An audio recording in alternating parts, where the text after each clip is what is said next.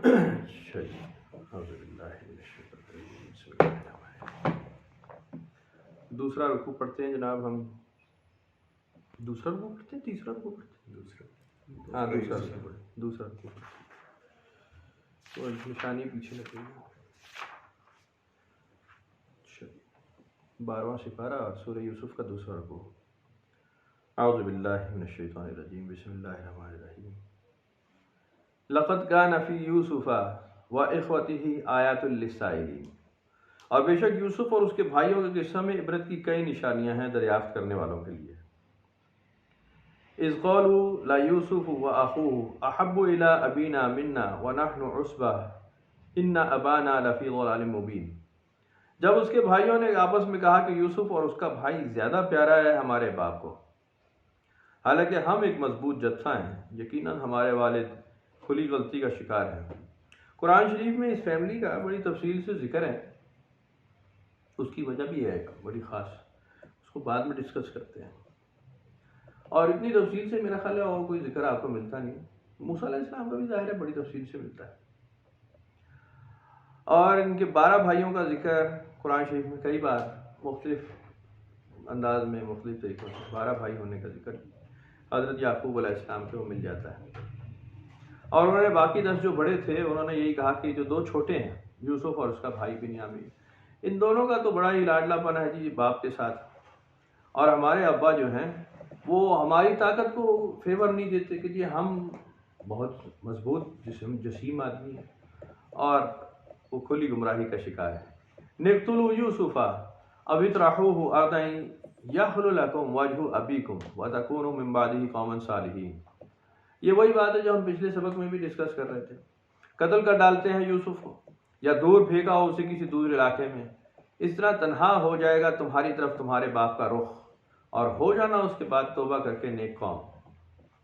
وہ یہی سمجھتے تھے کہ جیسے وہ حابیل اور قابیل کی مثال ہم نے پچھلی دفعہ دہرائی تھی کہ جی ایک برگزیدہ تھا ان میں سے اللہ تعالیٰ کا پیارا کیونکہ اس کی نیت صاف تھی، اور ایک نافرمانوں میں سے تھا، تو اس نافرمان خبیث نے توبہ کرنے کے بجائے دوسرے کو قتل کر ڈالا کہ جی پیچھے میں ہی رہ جاؤں گا، پھر اللہ کی ساری توجہ مجھ پہ رہے گی، میں ہی اس کا نائب بن جاؤں گا، بس پھر مجھے ہی نیابت ملے گی۔ ان کے بھی دماغ میں یہی بات آئی کہ جی یہ جو لاڈلے اور پیارے ہیں ان کو مار دیا جائے، پیچھے کوئی آپشن نہیں بچے گی، تو پھر ہماری طرف ہی توجہ ہوگی ساری ابا جان کی۔ من بعد قوما صالحین، بعد میں ہم توبہ کر لیں گے، نیک کام بن جائیں گے، اچھے ہو جائیں گے۔ یہ بھی بالکل ایک عجیب خفقان اور ایک غلط فہمی ہے انسان میں، حالانکہ اس کا بڑی تفصیل سے قرآن شریف میں بہت بڑا واضح ذکر آ گیا ہے کہ توبہ کرنے کی ایک اسلوب ہے، توبہ کرنے کے کچھ آداب ہیں، اور توبہ کرنے کا ایک وقت ہے۔ اگر آپ عادی مجرم ہیں اور توبہ دل سے نہیں کر رہے، دماغ لگا ہوا ہے کہیں نافرمانی کے چکر میں کہ میں توبہ کر لیتا ہوں لیکن بعد میں برائی کروں گا ضرور، تو توبہ قبول ہی نہیں، بات ختم ہو گئی۔ تو اللہ تعالیٰ نے بڑا واضح فرما دیا کہ ان عادی مجرموں کی توبہ ہم قبول کرتے ہی نہیں ہیں، ان سے تو ہم کوئی معاملہ لیتے ہی نہیں توبہ والا۔ ہم تو صرف ایسے جو سچے رجوع کرنے والے ہیں، جو اللہ سے ڈرتے ہیں، تو ان کی توبہ قبول کرتے ہیں۔ ہاں لیکن قرآن شریف میں اور کئی بار ذکر اس بات کا، اور احادیث تو خیر بہت ہی تفصیل اس کی بیان کرتی ہیں کہ جی انسان توبہ کر لیتا ہے اور بالکل صدقے دل سے، لیکن پھر وہ بندہ بشر ہونے کی وجہ سے اس سے پھر غلطیاں ہو جاتی ہیں، پھر برائی کا شکار ہو جاتا ہے، وہ پھر توبہ کرے تو پھر اللہ تعالیٰ معاف کر دیتا ہے۔ انسان بہک سکتا ہے، بھٹک سکتا ہے، برائی کی طرف جا سکتا ہے، مائل ہو سکتا ہے، لیکن جیسے ہی وہ اپنے توبہ کی طرف جائے اور اللہ کی طرف گڑ گڑائے اور مغفرت طلب کرے تو معاف ہی کیا جائے گا۔ نبی اکرم صلی اللہ علیہ وسلم سے مروی بھی ایسی بات ہے قرآن شریف میں کہ اگر یہ اپنی جانوں پہ ظلم کر بیٹھتے ہیں اور نبی اکرم صلی اللہ علیہ وسلم کے پاس پیش ہو جاتے ہیں اور نبی صلی اللہ علیہ وسلم بھی ان کے لیے دعائے مغفرت کا ہاتھ بلند کرتے ہیں تو اللہ تعالیٰ بھی انہیں معاف کر دے گا، اللہ تعالیٰ کو یہ بخشنے والا مہربان پائیں گے۔ تو بڑے اللہ تعالیٰ نے بڑی کھلی آپشنز دی ہیں توبہ کے لیے، لیکن ٹائم سیکٹر اس میں ٹائم فریم ہے۔ پھر قرآن شریف میں بڑی وضاحت کے ساتھ ذکر ہے کہ اگر تو تم نے مہلت پوری ہونے سے پہلے توبہ نہیں کی تو پھر کیا فائدہ۔ اب جب پکڑ ہی لیا جائے اور امتحان کا اور سختی کا وقت شروع ہو جائے، عذاب کا وقت شروع ہو جائے، تو پھر تمہاری توبہ کی ہوئی توبہ بھی قابل قبول نہیں ہے، جیسے کہ فرعون کا ذکر بھی قرآن شریف میں موجود ہے کہ اس نے بعد میں کہا کہ جی میں ایمان لاتا ہوں موسیٰ پہ اور اس کے خدا پہ ایمان لاتا ہوں، تو اللہ تعالیٰ نے فرمایا کہ آج تو ہم تمہیں عبرت کا نشان بنا دیں گے. آج کس بات کی توبہ کر رہا ہے؟ وہ تو وقت گزر گیا کام کرنے کا. نہ صرف توبہ کرنی تھی بلکہ اسے قائم رہ کے دکھانا تھا. اور نہ رہ سکتے قائم، زیادہ سے زیادہ کیا ہوتا، نہ رہتے قائم، پھر ٹوٹ جاتی، پھر کوئی غلطی ہو جاتی تو ہم پھر معاف کر دیتے. ہمارا کام معاف کرتے رہے، تم توبہ کرتے تو رہتے. یہاں میں بھی ایسی بے وقوفی کی بات کر رہے ہیں بھائی اپنے کہ ہم بعد میں توبہ کر لیں گے. بالکل ویسے ہی جیسے آج کے ملا حلالے کا وہ فتویٰ لے کے آتے ہیں نا کہ جی ہم وقتی شادی کر رہے ہیں لیکن ہم بعد میں طلاق دے دیں گے. یہ اس میں میری بڑی بحث ہوئی ہے مولویوں سے، اور وہ باقاعدہ مفتی لیول کے وہ لوگ ہیں اور وہ سارے اس میں بالکل بیک زبان انوالو ہیں اسی حرکت میں کہ جی ایسے ہو جاتا ہے. میں ان سے پوچھ ہی رہا تھا کہ جی ہو جاتا ہوگا، بالکل نکاح ہو گیا تھا، لیکن جب آپ نے اس نیت سے نکاح کیا کہ آپ طلاق دیں گے تو کس طرح سے نکاح کو نکاح کیسے مانا جائے؟ مطلب کس سینس میں؟ نکاح تو ایسے ہے ہی نہیں کہ جی آپ اس کو توڑ ڈالیں گے. اور اگر آپ کہیں کہ نہیں جی وقتی طور پہ نکاح ہو سکتا ہے الی اجل مسمى، پھر تو شیعہ ٹھیک ہے، پھر تو مدعا ٹھیک ہے، پھر تو بات ختم ہو گئی، پھر ان سے کس بات کا جھگڑا کر رہے ہیں؟ یہ وقتی تو ہوتا ہی نہیں نا. قرآن شریف میں اصول بیان ہوئے ہیں کہ جی ہم نے تمہیں بے حیائی سے، برائی کے کاموں سے روک دیا ہے، بدکاری سے روک دیا ہے، تم کسی بھی صورت بدکاری کی طرف نہیں جا سکتے ہیں جی. یہ سخت برائی کی بات ہے، بڑی فحش کی بات ہے، بہت بڑی بے حیائی ہے، اس کے قریب نہیں جا سکتے. تو وہ تو اصول بیان ہو گیا. اس اصول کے مطابق تو آپ جب بھی نکاح کرتے ہیں تو وہ تو آپ لائف ٹائم کرتے ہیں، ذمہ دار بننے کے لیے، ذمہ داری اٹھانے کے لیے. دوسری تو کوئی آپشن قرآن شریف میں بیان ہوئی ہی نہیں ہے. تو بہرحال یہ وہی بحثیں ہیں جن کا کوئی نتیجہ نہیں نکلتا، لیکن قرآن شریف کے کچھ اصول ہیں جو یونیورسل لاز ہیں. پوری کتاب آپ جب پڑھتے ہیں اور بار بار پڑھیں تو آپ کو یونیورسل لاز پتہ چل جائیں گے کہ اللہ کی مرضی اور منشا کیا ہے. اس کی مرضی منشا یہی ہے کہ تمہیں پاک کر دے، صاف کر دے، طہارتیں عطا کر دے، تمہیں ان ٹینشنوں سے اور ان حرکتوں سے نکال دے جو اللہ تعالیٰ کے بنائے ہوئے سخت قانون ہیں. جس میں تم پھنس گئے تو پھر کوئی دوسری آپشن نہیں. آپ 5 7 10 منزلہ بلڈنگ سے چھلانگ مار دیں گے، نیچے گریں گے، کوئی دوسری آپ بیچ میں ہوا میں لٹکے چلتے جا رہے ہیں اور آپ یہ ایکسپیکٹ کریں کہ جی اب فرشتے آنے چاہیے اور مجھے بچائیں، تو ایسا کوئی کبھی نہیں ہونے والا، کوئی ہونے والا نہیں. ابراہیم علیہ السلام کے ساتھ ہو سکتا ہے ایسے کہ وہ منجنیق چلا دی جائے اور وہ آگ میں پھینک دیا جائے اور جناب والی آگ ٹھنڈی کر دی جائے، وہ ایکسیپشنل بات ہے. وہ برگزیدہ وقت کے برگزیدہ ترین رسولوں کی بات ہو رہی ہے، وہ ایک الگ معاملہ ہے. لیکن بندہ بشر کے لیے بہت سخت قانون بنا دیے گئے ہیں سائنس کے، آپ اس کی خلاف ورزی کریں گے کام خراب ہو جائے گا. تو جب بھی آپ گناہ کا کام کرتے ہیں، برائی کا جس کو اللہ نے منع کیا ہو، بالکل ایسے ہی سمجھ لیں کہ آپ نے سائنس کی خلاف ورزی کر دی، اصول کی خلاف ورزی، قانون کی خلاف ورزی. آپ کو اگر بڑی سادہ مثال صبح بھی میرے ذہن میں آ رہی تھی کہ اگر آپ روڈ سائڈ جا رہے ہیں اور ٹریفک چل رہی ہے بہت ساری، لیکن اشارے بند ہو گئے اور وارڈن موجود نہیں ہے اور آپ کہتے ہیں میں نکل جاؤں، ٹھیک ہے کوئی خیر کوئی گل نہیں، ذرا پاسا بچاتے نکل جاتے ہیں اور دوسری سائڈ سے گاڑی آ کے مار دیتی ہے. آپ کو سارجنٹ نے تو نہیں پکڑا، وارڈن نے تو نہیں پکڑا، لیکن اس کا نقصان آپ نے اٹھا لیا جو غلطی کی تھی. وہ تو آپ کسی بھی بلیم نہیں کر سکتے کہ جی آپ کی پکڑ تو ہو گئی، دوسرے کی بھی ہو گئی جو ریش ڈرائیو کر رہا تھا اور آپ کی بھی ہو گئی. نتیجہ دونوں کا نکل گیا اصول اور قانون توڑنے سے. آگے نہیں کئی دفعہ نہیں نکلتا تو نہ نکلے، آپ کو عادت پڑ جاتی ہے خلاف ورزی کی، قانون توڑنے کی عادت پڑ جاتی ہے، اور یہ عادت اس سے بھی بری ہے. آپ کو پہلا ہاتھ روک لے اور شاید ہو سکتا ہے چھوٹی موٹی کوئی ڈاز لگے، چھوٹا موٹا کوئی جھگڑا، کوئی چھوٹا موٹا سا حادثہ ہو جائے، لیکن اگر آپ کو عادت ہی پڑ گئی ہے اشارہ توڑنے کی تو آپ کسی دن بڑے حادثے کا شکار ہوں گے. گاڑی اچھل کے وہ کچرا چورا بنے گی کہ آپ کی ہڈیاں بھی 3 4 مکس ہو کے اس چورے کے ساتھ نکالنی پڑیں گی. تو برائی ہے، وہ تو بڑھتی رہتی ہے، کام تو خراب ہو گیا تو ہو گیا. تو توبہ کی جاتی ہے اس صورت میں کہ توبہ آپ کریں، بالکل توبہ تو نصوح کریں کہ آپ اس کے بعد برائی کریں گے نہیں، بالکل صدق کے دل سے اندر سے، تب وہ قابل قبول ہے. ورنہ اللہ تعالیٰ نے قرآن شریف میں واضح لکھ دیا کہ جو دل سے توبہ کرتے نہیں، ہم ان کی توبہ سنتے ہی نہیں، ہم مانتے ہی نہیں، ہم جانتے ہیں ان کے دل میں کیا چل رہا ہے. قال قائل منهم لا تقتلوا يوسف والقوه في غيابة الجب يلتقطه بعض السيارة ان كنتم فاعلين. ان میں سے ایک نے، کہنے والوں میں سے ایک نے کہا کہ اب قتل نہ کرو یوسف کو، اسے دور پھینک دو کسی گہرے کنویں کی تاریک تہ میں، اسے اٹھا لے جائیں گے کوئی راہ چلتے مسافر، اگر تم نے کچھ کرنا ہی ہے تو ایسا کر لو۔ اب یہ اندازہ لگائیں کہ ورڈ ٹو ورڈ آپ، یعنی اس میں ابھی آگے بھی پڑھیں گے بالکل ایسے ہی، کہ جیسے جیسے یہ لوگ گمان کرتے جا رہے ہیں ویسے ویسے معاملہ بھی ہوتا جا رہا ہے۔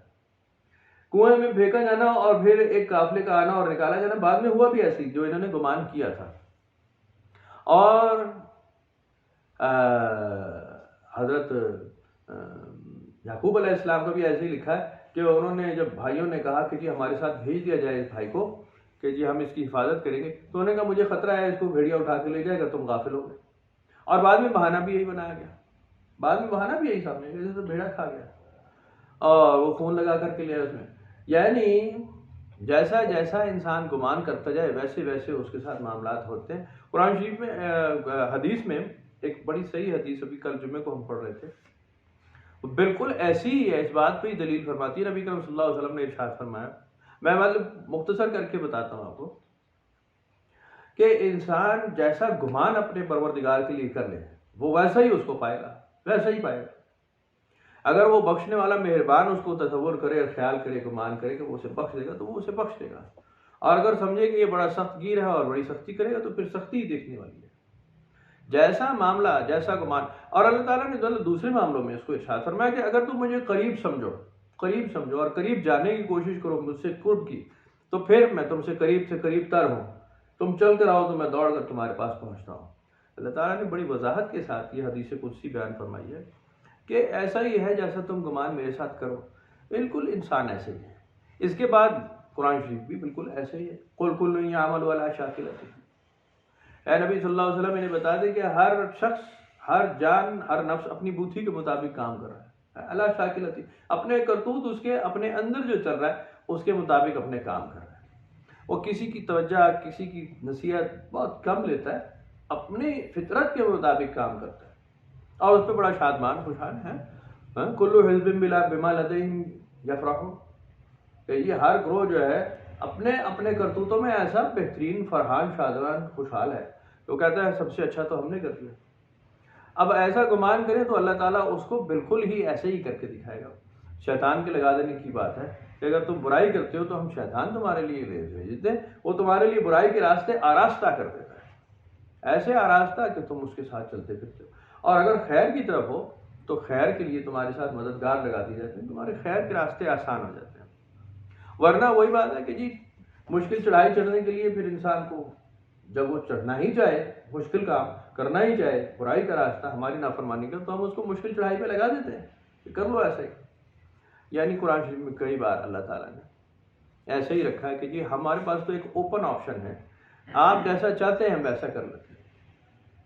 قیامت کے دن جنت دوزخ کا معاملہ بھی بالکل ایسے ہی سمجھ میں آتا ہے میرے جیسے ناقص آدمی کو، تو کہ اللہ تعالیٰ نے تو فرمایا کہ جی تمہاری جو کتاب ہوگی ہم اسے کھول کے تمہارے سامنے کر دیں گے، کر لو اپنا فیصلہ، دیکھ لو کس چیز کے حقدار ہو اور تمہیں آج کیا چاہیے۔ آیا تمہیں ایک ایسی زندگی جس کے اندر سہولتیں نہ ہوں، ایجادات نہ ہوں، پکے مکان دکان کچھ نہ ہو، نیچرل ہیبیٹیٹ ہو، ویسے آپ ایک باغ میں پھر رہے ہیں، ندیاں نہریں بہہ رہی ہیں اور لہلاتے کھیت ہیں، پرند چرند ہیں، اب اس کے اندر نہ ہی انٹرنیٹ کا شور ہے، نہ گاڑیوں کا دھواں ہے، نہ پاں ہے، نہ ٹی ہے، نہ فیکٹری ہے، نہ کچھ مینوفیکچرنگ ہے، کچھ نہیں ہو رہا نا۔ اور قرآن شریف کے حساب سے یہ نہیں ہوگا، وہاں فیکٹریوں کا دھواں اور گاڑیوں کی پاں اور یہ ایجادات، لوہا اور مشین جو کہ ڈسٹرکٹیو چیزیں ہیں، جو ماحول کو، نیچر کو خراب کرتی ہیں، ایسی چیز کوئی وضاحت نہیں ہے قرآن شریف میں کہ ملے گی۔ وہ آپ کہیں کہ جی جیسی خواہش ہوگی ویسے ملے گا، تو ایسی بات نہیں ہے۔ قرآن شریف میں ایسے ہی لکھا ہے کہ ہم اپنی جنت کا جو سٹینڈرڈ ہے اس کے مطابق وہ خواہش کر دیتے ہیں آپ کی۔ اب اگر انسان کو دوسری طرف دکھایا جائے کہ جی آپ کے پاس ٹیسلا کی کار ہے، اسمارٹ گھر ہے، آپ کے پاس وائی فائی ہے، آپ کے پاس گیجٹس ہیں، آپ کے پاس کمال ہے، آپ کے پاس بڑا سوفسٹیکیٹڈ ہاسپٹل کی ایک انشورنس ہے، جو کامیابی کی دلیل ہے ادھر، آپ کے پاس بڑی لمبی چوڑی گاڑیوں کی قطار لگی ہوئی ہے، اور آپ کا بہت ہائی فائی قسم کا گھر ہے اور بینک بیلنس ڈھیر سارا ہے، تو آپ کو دوسری آپشن وہ دکھاتے ہیں، ایک آپشن دکھاتے ہیں، یہ ایک پریمیٹیو لائف ہے اور ایک یہ ہے، اس کے اندر پرندے چرند پھر رہے، گائے بھینس بکریاں پھر رہی ہے، نیچرل ہیبیٹیٹ، اور اس طرف ایک ماڈرن لائف ہے، بہت ہی ایڈوانس۔ فیصلہ کرنے والا جو فیصلہ آج کرے گا وہی کل کر لے گا. فطرت تو وہی ہے، جو جس چیز کو آج آپ محسوس کریں گے آپ اسی فطرت پہ اٹھائے جائیں گے. یہ بھی حدیث کے عین مطابق ہے کہ آپ جس خیال جس محبت میں مرتے ہیں اسی محبت میں آپ اٹھائے جاتے ہیں، جس سوچ کے ساتھ، جس رغبت کے ساتھ. اب وہاں فیصلہ کرنے والا کیا فیصلہ کرے گا؟ ایک طرف سونے چاندی کے ڈھیر لگے ہو جی، اور ایک طرف سوکھے بھوسی ٹکڑے روٹی کے پڑے ہو، یا طرف بے نیازی ہی ہو کہ جی کھانے پینے سے ہی رغبت ختم. جبکہ نبی اکرم صلی اللہ علیہ وسلم کی حیات طیبہ میں آپ کو ملتی ہے کہ مرغن کیا اور بھوسی ٹکڑا کیا، دونوں سے ہی رغبت اگر ختم کر دی جائے تو کامیابی تو وہ ہو گئی. انتخاب کرنے والا اگر وہاں پہ سونے چاندی کے ڈھیر ہیرے جواہرات منتخب کر لیتا ہے کہ جی یہ زیادہ چمک اور یہ اپیلنگ ہے، لگتا ہے یہ بہتر ہے میرے لیے، وہ جا کے وہ کہا جائے گا کہ یہی کھاؤ اور پیو، اب یہی تمہارا نتیجہ ہے. اور وہی لینٹروں والے تپتی چھتیں اور جناب علی کنکریٹ، اگر اسی میں اس کو گھسیڑ دیا جائے کہ جی پہنچو، تو آپ کو کیا لگتا ہے کہ دوزخ کا نظارہ بن گیا اس کا، جو اس نے خود احتیاط خود چوز کر لیا اپنے ہاتھ سے، خود منتخب کر لیا. اور دوسرا جو ہے وہ بالکل بچ گیا ہمیشہ کی زندگی کی طرف کہ اس نے اپنی تمنا ہی چھوڑنے کی خواہش کر دی کہ میرے اندر تمنا ہو ہی نہ، میری خواہش ہی ختم ہو جائے، میری رغبت لالچ ہی نہ ہو کسی چیز پر، بالکل ہی کندھا ہلکا ہو جائے، بالکل ہی بات ختم ہو جائے. یہی نبی اکرم صلی اللہ علیہ وسلم سے جو آپ پڑھتے ہیں کہ عنقریب ہم آپ کو مقام محمود پر لے جانے والے، وہ بالکل یہی بات ہے.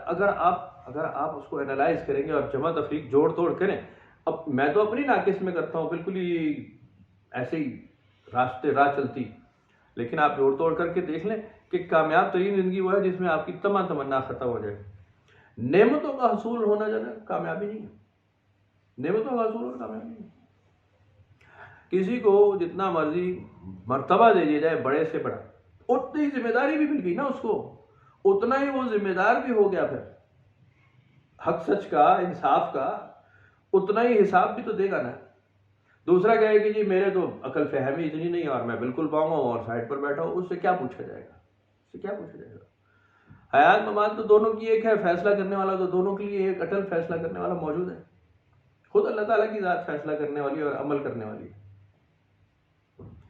ہر کام اور ہر وقت وہ ایک نئے کام میں لگا ہوا ہے. قرآن شریف میں لکھا نا، ہر وقت ایک نئے کام میں لگا ہوا ہے، ہر وقت کا مصروف اور بے نیاز، ہمیشہ کا مصروف اور ہر وقت کا بے نیاز، بے پرواہ، کسی کی پرواہ کیے بغیر اپنے نظام کو چلا رہا ہے. انسان کی ایفرٹ اور انسان کا اختیار، انسان کی معلومات، انسان کا اختیار، وہ تو پھر صرف ہلکان کرنے کے لیے بیڑا غرق، صرف آزمائش ہے، صرف آزمائش ہے. اموال ہوں یا اسباب ہوں یا اولاد ہو، قرآن شریف میں لکھا ہے یہ تمام سارے کے سارے تمہارے لیے فتنہ ہے، آزمائش ہے. بندہ خدا تو وہ ہوگا، جنت کا لطف تو وہ اٹھائے گا جو ان تمام علتوں کے لطف سے پاک صاف مبرہ. تو جیسا انسان گمان کر لے وہ اللہ تعالیٰ کو ویسا ہی پائے گا، معاملہ بھی ویسا ہی ہوگا اس کے ساتھ. اور بالکل ایسا ہی ہوا، جیسے جیسے انہوں نے سوچا اور جیسے جیسے گمان کیا، اللہ تعالیٰ نے ویسے ویسے معاملات ان کے ساتھ فرما دیے کہ یوسف کو قتل نہ کرو، کسی گہرے کنویں میں پھینک دو تاریک کھائی میں، اور اسے کوئی راہ چلتے مسافر لے جائیں گے، کرنا ہے تو بس اتنا کرنا. قالوا یا ابانا ما لك لا تأمنا على یوسف وانا له لناصحون. تو انہوں نے جب یہ فیصلہ کر لیا تو آگے چل پڑے، باپ کے پاس پہنچ گئے کہ جی آپ کو کیا ہو گیا، ہم پہ آپ اعتبار ہی نہیں کرتے، اور یوسف کے بارے میں ہم تو اس کے بڑے خیر خواہ ہیں. ارسلہ معنا غدا یرتع ویلعب وانا له لحافظون.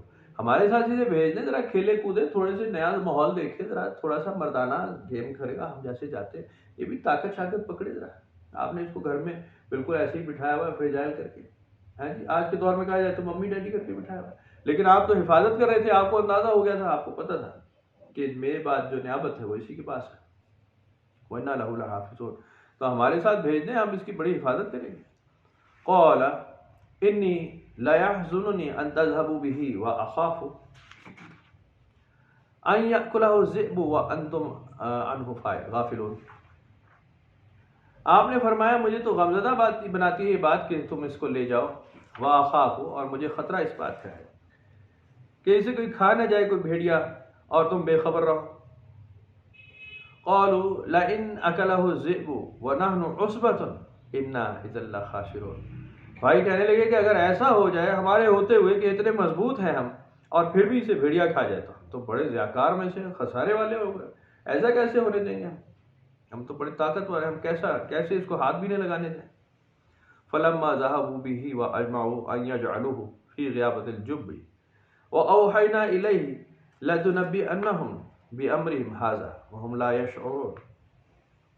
بڑے اصرار سے اسے لے گئے ساتھ، سب نے طے کر لیا کسی گہرے کنویں میں کھائی میں ڈال دیں گے تاریخ تہ میں، اور ڈال ہی دیا پھر انہوں نے۔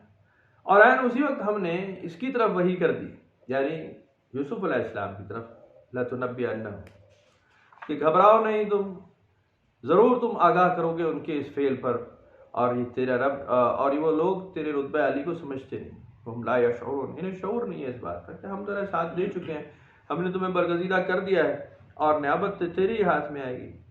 تو اللہ تعالیٰ نے پھر ان کو بچا لیا۔ وَجَاءُوا أَبَاءَهُمْ عِشَاءً يَبْكُونَ، دوسری طرف یہ دوڑے دوڑے اپنے باپ کے پاس روتے دھوتے پہنچ گئے اور گریہ زاری کی رات کے وقت، عشاء کے وقت۔ قالوا یا ابانا انا ذهبنا نستبق وتركنا يوسف عند متاعنا فاكله الذئب وما انت بمؤمن لنا ولو كنا صادقين۔ کہنے لگے ہم تو ذرا گئے تھے دوڑ لگائیں، پھر ہم یوسف کو چھوڑ گئے اپنے سامان کے پاس، ہائے افسوس اسے بھیڑیا کھا گیا، آپ مانیں گے نہیں ہماری بات جبکہ ہم بول سچ رہے ہیں۔ وجاؤ علی قمیصہ بدم کذب، اور ایک قمیص بھی اٹھا لائے جس کے اوپر خون لگا کر رکھا تھا، جھوٹا، بدم کذب، جھوٹا خون کسی جانور کا اور کا لگا کر لیا۔ قال بل سولت لکم انفسکم امرا فصبر جمیل واللہ المستعان علی ما تصفون۔ آپ نے فرمایا غلط کہتے ہو، ایسا ہوا نہیں، آراستہ کر دکھایا تمہارے نفسوں نے اس سنگین جرم کو، اس جان کا حادثے پر، میں تو صبر جمیل ہی کروں گا، اللہ سے مدد مانگوں گا اس پر جو بات تم نے کی۔ بالکل ایسے ہی جو میں ابھی عرض کر رہا تھا کہ آپ جیسا کریں، اگر آپ برائی کے راستے پر ہیں تو آپ کو برائی ایسے بھلائی بنا کر دکھا دی جائے گی کہ آپ اس پہ کانفیڈنٹ ہو جائیں گے کہ ہم نے بالکل ٹھیک کہا ہے، ہیں جی۔ سولت لکم انفسکم امرا، پیار راستہ کر دکھایا ہے تمہیں تمہارے نفسوں نے، شیطان کی علت نے، کہ یہی راستہ ٹھیک ہے۔ وجاءت سیارۃ فارسلوا واردہم فأدلی دلوہ قالوا یا بشرا ھذا غلام واسروہ بضاعہ واللہ علیم بما یعملون۔ اور وہاں سے پھر گزرا ایک قافلہ، اس قافلے نے پانی لانے کے لیے اپنا آبکش پھینکا، اپنا ڈول لٹکایا، اب ڈول میں تو وہ پھر حضرت یوسف علیہ السلام واپس اوپر آ گئے، تو یہ پکار اٹھا کہ خوشخبری، یہ تو بڑا منموہنا بچہ ہے، انہوں نے اسے چھپا دیا کہ یہ بڑا قیمتی ہوگا، اور اللہ تعالیٰ خوب جاننے والا ہے جو یہ کرنے والے تھے۔ وَشَرَوْهُ بِثَمَنٍ بَخْسٍ دَرَاهِمَ مَعْدُودَةٍ وَكَانُوا فِيهِ مِنَ الزَّاهِدِينَ، انہوں نے بیچ ڈالا یوسف کو حقیر سی قیمت پر چند درہموں کے عوض، وہ پہلے ہی اس میں کوئی دلچسپی نہیں رکھتے تھے، ان کی لالچ بس اتنی تھی جو ان کو مل گئی، کچھ سکے مل گئے۔ قرآن شریف میں بڑی تفصیل کے ساتھ اس فیملی کا ذکر ہے،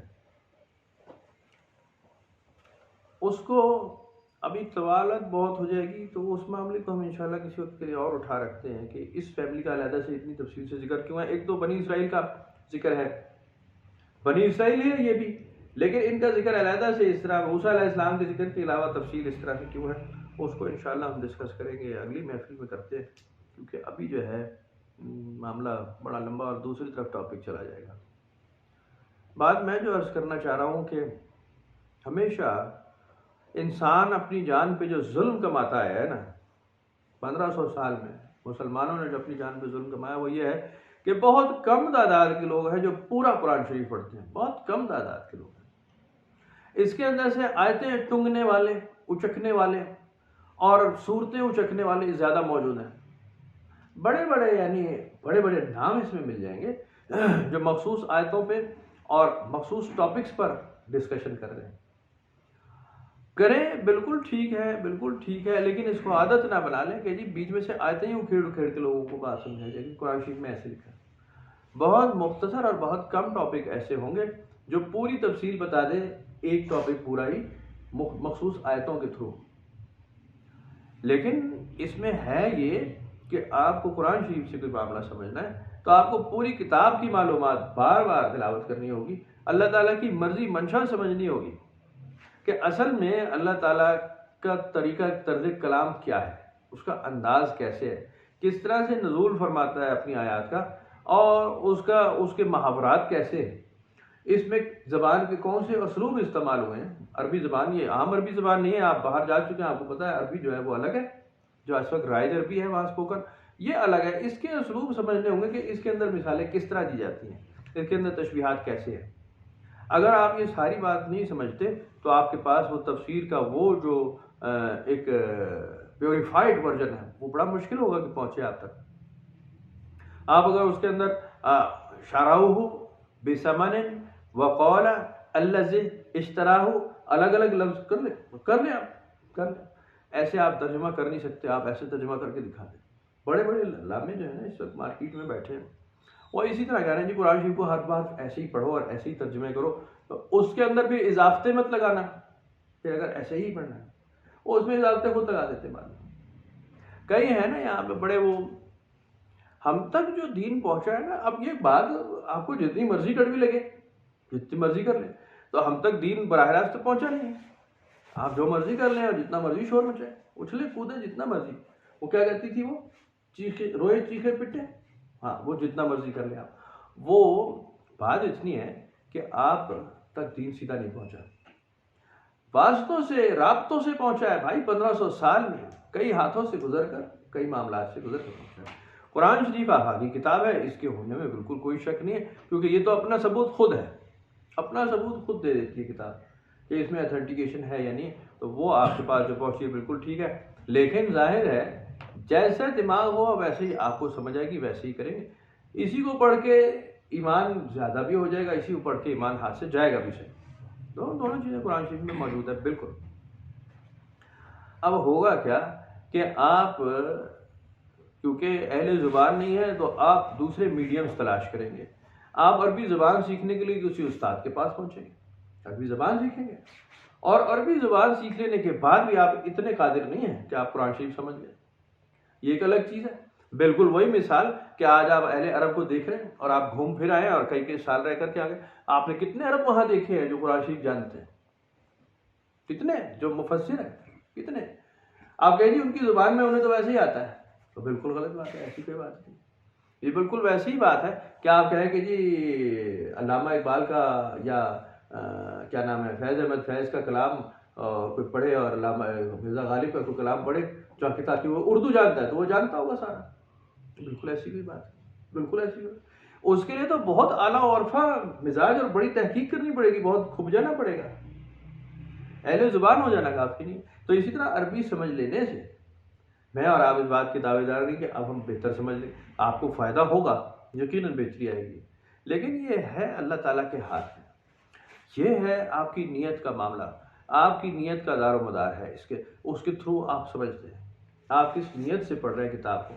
کیا آپ اللہ کے حضور اللہ کا فرمان سیکھنے کے لیے بالکل ایک عام آدمی کی طرح اس کتاب کی تلاوت کر رہے ہیں، یا آپ کوئی علامہ بننا چاہتے ہیں، یا کوئی آپ نقطے ڈھونڈ رہے ہیں، یا کوئی آپ سوال جواب، یا کوئی آپ ڈومیننٹ ہونا چاہتے ہیں کسی سوسائٹی میں؟ آپ جس نیت سے پڑھیں گے ویسے ہی ترجمے آپ کو مل جائیں گے، ویسے ہی معاملے ہو جائیں گے، آراستہ ہو جائے گا معاملہ، آراستہ آپ کے لیے، آپ کے مطابق۔ فیصلہ کرنے والا تو فیصلہ کر دے گا قیامت کے دن کہ ہمارے آفاقی اصول تجھے نظر نہیں آتے تھے، تو نے بیچ میں سے ایک نقطہ نکالا اور پھر پڑھ کے فارغ ہو گیا۔ آفاقی ہمارا نظام کیا ہے، آفاقی نظام شروع سے ہماری اسلوب کیا ہے، ہماری سنت کیا ہے، ہمارا طریقہ کیا ہے، ہماری مرضی کیا ہے تمہارے لیے۔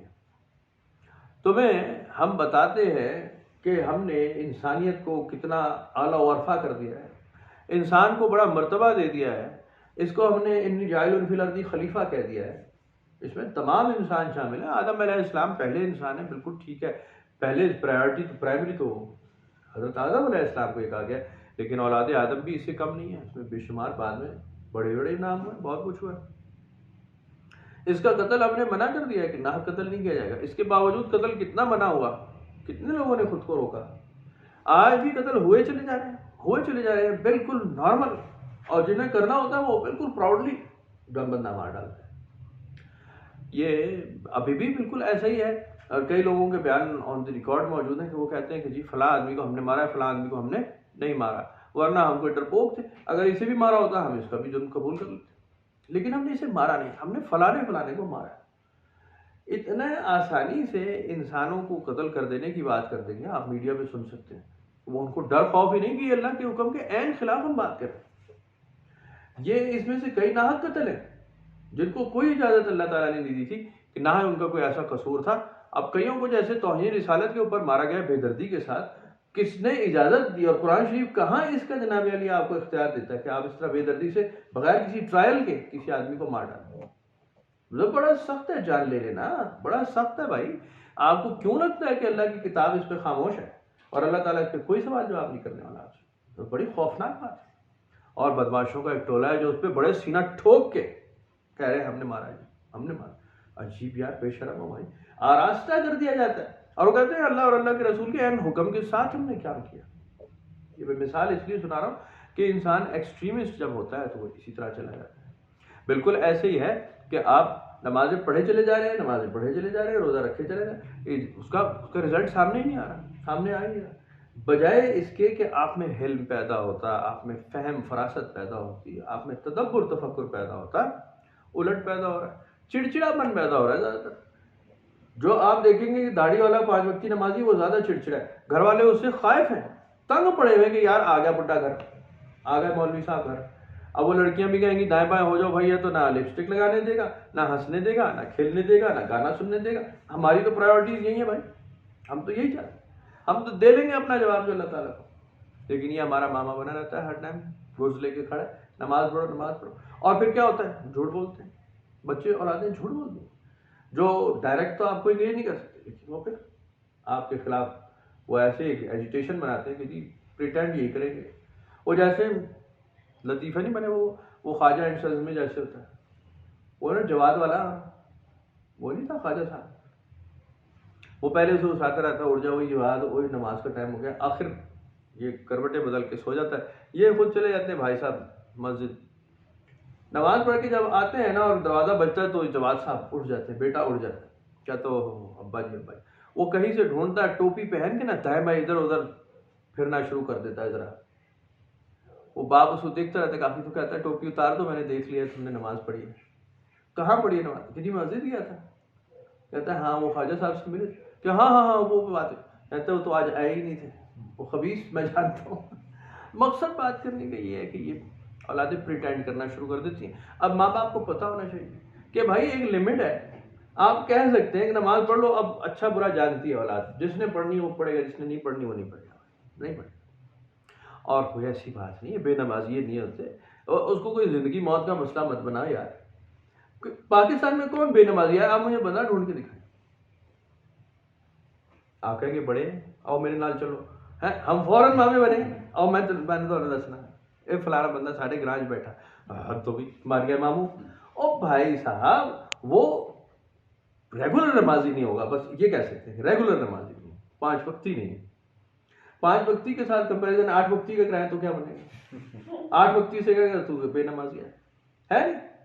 ہاں 8 وقتی کے پاس چلے جائے تو کہیں گے تم خبیث کے بچوں، نفل تو پڑھتے نہیں۔ یہ ایک ریس ہے جو لگی رہے گی۔ اور پھر اگر کوئی قادری صاحب مل گئے ہیں جی تو وہ کہیں گے کہ جی حضرت پیران پیر تو 100 نفل پڑھتے تھے روزانہ رات کو، تو رہے گی، پھر اس پہ ایک اختلاف اور ایک جھگڑا بن جائے گا، ایک بہت بڑا معاملہ، تو جھگڑا بڑا جھگڑا بنے گا۔ ہاں ہم پاکستان کے لوگ اور مسلمان زیادہ تر ہو سکتا ہے ریگولر نمازی نہ ہو، لیکن نمازی تو ہیں، اس میں تو کسی کو شک نہیں ہونا چاہیے نا۔ کوئی مسجد پڑھ رہا ہے، کوئی گھر میں پڑھ رہا ہے، کوئی پوری پڑھ رہا ہے، اور کوئی ایک دو چھوڑ دیتا ہے، کوئی جمعے کی پڑھ رہا ہے، کبھی کوئی عید کی پڑھ رہا ہے، اور اگر عید کی پڑھ رہا ہے تو نمازی تو ہے نا، آپ اسے بے نمازیہ کہیں گے۔ ہمارے ایک بڑے پیارے عزیز جاننے والے تھے، نیک آدمی تھے، وہ فوت ہو گئے، تو کہہ رہے کہ اپنی بات خود ہی بتا رہے تھے، بڑا نہیں 30 سال پرانی بات ہے، کہہ رہے جی ہم بیٹھے ہوئے تھے کولیگ کے ساتھ، تو ایک آدمی نے کہا کہ جی آپ بڑے نیک آدمی ہیں تو میرے لیے دعا کیا کریں، دونوں ایک دوسرے کو کہہ رہے ہیں دعا کیا کرو، تو ایک آدمی بولا کہ جی ہاں میں تو جمعے کی نماز ہی پڑھتا ہوں، تو جمعے کے جمعے آپ کے لیے دعا کروں گا۔ کہتے ہیں میں نے ان کو کہا وہ بھائی صاحب میں تو عید کی عید پڑھتا ہوں میں تو آپ کے لیے اسی ٹائم دعا کروں گا۔ مقصد بات کرنے کا یہ ہے کہ آپ کمزور ہو سکتے ہیں ریگولیرٹی میں، کمزور ہو سکتے ہیں، لیکن نمازی تو آپ ہیں.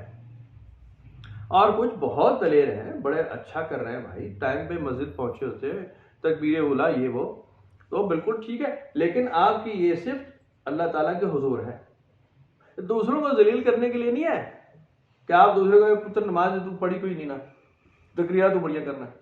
ایک دفعہ میں بتایا میں نے، وہ ہم بیٹھے ہوئے تھے ادھر، لیڈیز کی محفل ہے، تو اس میں لیڈیز بہت زیادہ ہوتی ہیں اور نئی نئی ہوتی ہیں، پہچانا بھی نہیں ہوتا ہمیں، پتہ نہیں کون ہے. تو میں تو سبق پڑھ رہا تھا اور 4 بجے اذان ہو گئی، 4:15 جماعت ہونی تھی عصر کی، 4:30 ہو گئے.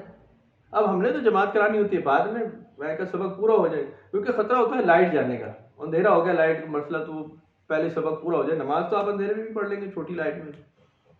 4:30 ہو گئے نا، 4:30 بجے اماں جی نے شور ڈال دیا، اور بند کرو گے سارے، تھی نماز پڑھتے کوئی نہیں تھے، ایویں لگے رہتے ہوتے ہیں، نویاں تقریرات نویاں نے لے آتے ہیں، تو نویں فتوے، نماز پڑھتے کوئی نہیں. چپ کر کے ٹھک کر کے اٹھی، مصلی لیا، باہر جا کے نماز پڑھنی شروع کر. وہ انہوں نے بالکل فتویٰ ہم پہ صادر کر دیا کہ یہ سارے بے نمازی بیٹھے ہیں، اکیلی میں ہی ایمان والی ہوں. اور ایسا ہو جاتا ہے، آدمی ایسا کرتا ہے. سمجھ نہیں آتی کہ انسان کو یہ ٹھیکہ دیا کس نے اور کس وقت ملا. اور قرآن شریف آپ پڑھیں گے تو یہ ٹھیکے اللہ تعالیٰ نے لے لیے ہیں ہاتھ سے واپس. نبی اکرم صلی اللہ علیہ وسلم کو بھی فرمایا جا رہا ہے کہ آپ ان کے ذمہ دار نگران نگہبان بنا کے نہیں بھیجے گئے. مانتے ہیں ٹھیک ہے، نہیں مانتے ہیں فیصلہ میں کر دوں گا. آپ ترغیب دے سکتے ہیں، آپ بہت اچھے الفاظ میں، بہت اچھے انداز میں لوگوں کو انووک کر سکتے ہیں کہ آپ اپنے ساتھ لے آئیں. حارث المومنین نبی اکرم صلی اللہ علیہ وسلم کر سکتے ہیں. ہاں اولی الامر بھی کر سکتے ہیں جن کو یہ کام ہے، اللہ القتال، حارث المومنین اللہ القتال، کہ وہ اگر آمادہ کرتے ہیں جہاد کے لیے تو وہ کر سکتے ہیں.